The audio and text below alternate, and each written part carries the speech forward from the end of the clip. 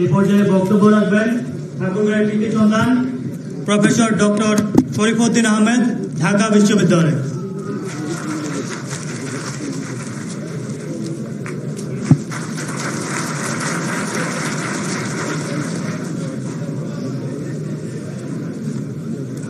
শুভ সন্ধ্যা। বিসমিল্লাহির রহমানির রহিম।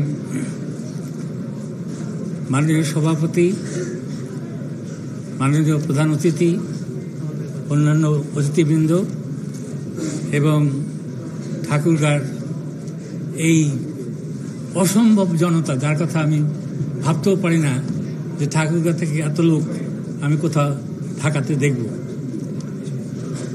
আমার মনে পড়ে, আপনারা শুনলে হয়তো একটু বিস্মিত হবেন, যে আমার ছোট ভাই মির্জা আলমগীর আর দুই ভাই নিয়ে 4 জন মিলে আমরা দিনাজপুর থেকে দ্রুত জার্নি করে ট্রেনে 14 ঘন্টা দিয়ে আসতাম ঢাকা শহরে, নানা রকম গল্প কথাবার্তা হতো।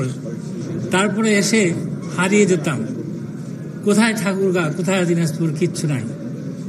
আজকে আমি বিশ্বাস করেন অনেক বছর পরে বুঝতে পারেন আমি আলমগীরের বড় ভাই, তাহলে আমার বয়স কত। আমি অভিভূত হয়ে গেছি যে ঠাকুরগাঁ থেকে এত তরুণ যুবক, এত উজ্জ্বল চেহারার লোকজন এখানে উপস্থিত হচ্ছে, আমি বিশ্বাসই করতে পারি না। আমি অনেস্টলি বলতেছি, আমি বিশ্বাসই করতে পারি না যে আমরা মাত্র 4 জন 5 জন আসতাম তখন, আর এখন এত। এবং বিভিন্ন বিষয় আমি আরো শুনে আশ্চর্য হলাম যে আমার পাড়াতেই, আমি এখন বর্তমানে নর্থ সাউথ ইউনিভার্সিটিতে আছি, আমিও সেখানকার ইতিহাস বিভাগের প্রতিষ্ঠাতা চেয়ারম্যান, এবং ওখানে এক ধরনের বিপ্লব করেছি এই ইতিহাসকে কেন্দ্র করে। তো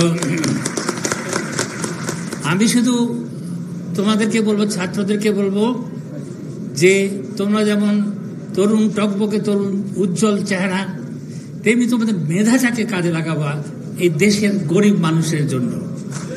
আর কিছু চাই না তোমাদের কাছে। আমরা করেছি আমাদের মতো করে। মির্জা আলমগীর কি করেছে সে আপনারা সবাই জানেন, সবাই বললেন এতক্ষণ, এবং আশা করি আগামীতে আরো অনেক কিছু করবেন। যার মধ্যে আমি একটি ছোট্ট অনুরোধ তাকে এখানে আসার পর থেকেই বলতেছি যে আমাদের ঠাকুরগাঁ এয়ারপোর্টটা কেন হচ্ছে না। উনি যাই বলুন না কেন, আমি নেক্সট 1 বছরের মধ্যে ট্রেনে করে বাড়ি ঠাকুরগাঁ যেতে পারি। এটা যদি নিশ্চিত না করেন আপনি, তাহলে আপনাকে পদত্যাগ করতে আমরা বাধ্য করব। আপনাদেরকে সকলকে ধন্যবাদ। আমার জন্য দোয়া করবেন। আর নর্থ সাউথ ইউনিভার্সিটির দরজা আপনাদের সবার জন্য উন্মুক্ত। শুধু আমার নামটা বলবেন, তাহলে ভিতরে চলে আসবেন। একটা নতুন জায়গাতে আপনাদেরকে দেখাবো। আপনারা সবাই ভালো থাকবেন, আমার জন্য দোয়া করবেন।